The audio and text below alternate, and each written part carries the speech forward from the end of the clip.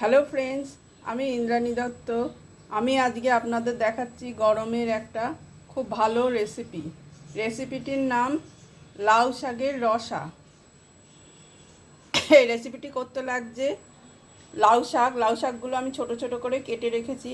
লাউ শাক, আলু, চিনি, নুন, হলুদ, রাঁধুনি, শুকনো লঙ্কা, বড়ি, আদা বাটা, তেজপাতা আর তেল, এই সমস্ত উপকরণ দিয়ে হয়ে যাবে লাউ শাকের রসা। গরমে এই রেসিপিটি খেতে খুব ভালো লাগে। প্রথমে আমি লাউ শাকগুলো একটু ভাপিয়ে নিচ্ছি। এই দেখুন, লাউ শাকগুলো আমি ভাপিয়ে নিয়েছি। এটা একটু ঠান্ডা হতে দিয়েছি। এইদিকে কড়াইতে যে তেল গরম হতে বসিয়েছি। তেলটা গরম হলে আমি দিয়ে দেব প্রথমে আলুগুলো।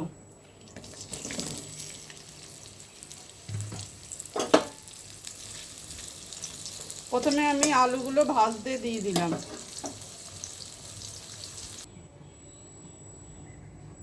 দেখুন, আমি আলুগুলোকে লাল লাল করে ভেজে নিয়েছি। এবার ওই তেলেই আমি বড়িগুলোকেও ভেজে নিলাম। এবার ওই গরম তেলে আমি ফোড়ন হিসাবে দিয়ে দেব রাঁধুনি, শুকনো লঙ্কা, তেজপাতা আর আদা কুড়ানো।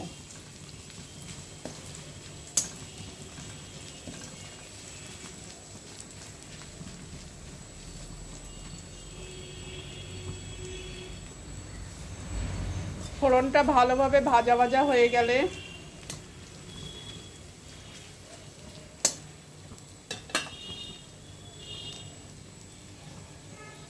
আমি দিয়ে দেব এই ভাপানো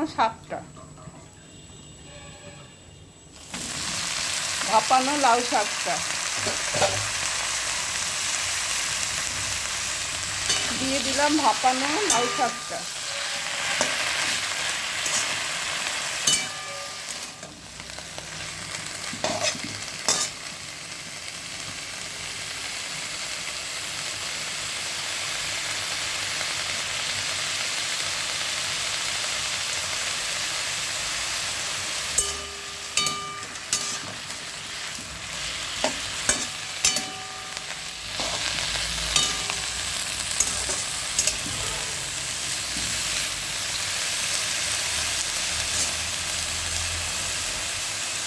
এবার দিয়ে দেব নুন,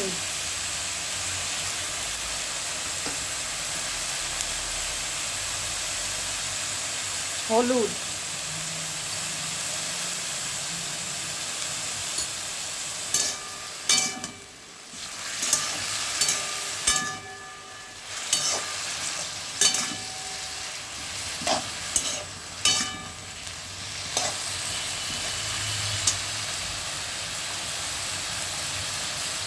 কটা চিরা কাঁচা লঙ্কা।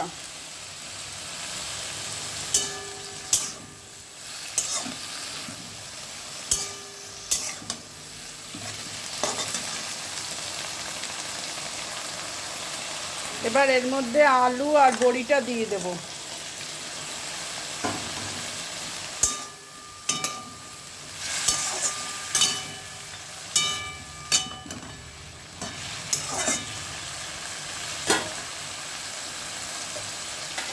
দিয়ে ঢাকা দিয়ে দেব। রান্নাটাকে আরও টেস্ট করার জন্য আমি আরেকবার ওই একই ফোড়নে দিয়ে সেই ছোকটা এই রান্নার মধ্যে দিয়ে দেব। আবার এই দেখুন, রাঁধুনি, শুকনো লঙ্কা ফোড়ন দিচ্ছি। এই ফোড়নের ছোকটা এবার এই রান্নার মধ্যে আমি ঢেলে দেবো। এতে রান্নার স্বাদ অনেক বাড়ে।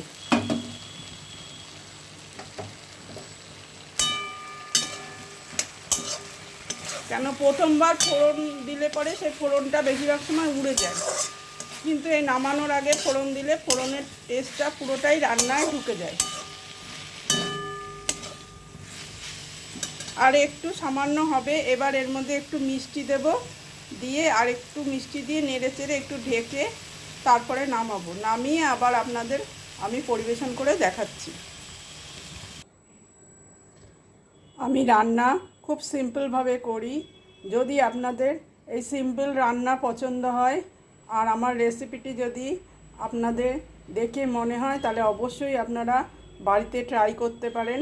ট্রাই করে খেয়ে দেখে আমাকে একটা কমেন্ট করবেন। আপনাদের একটা কমেন্ট, একটা শেয়ার আমাকে উৎসাহিত করবে আরও রান্না তৈরির ব্যাপারে।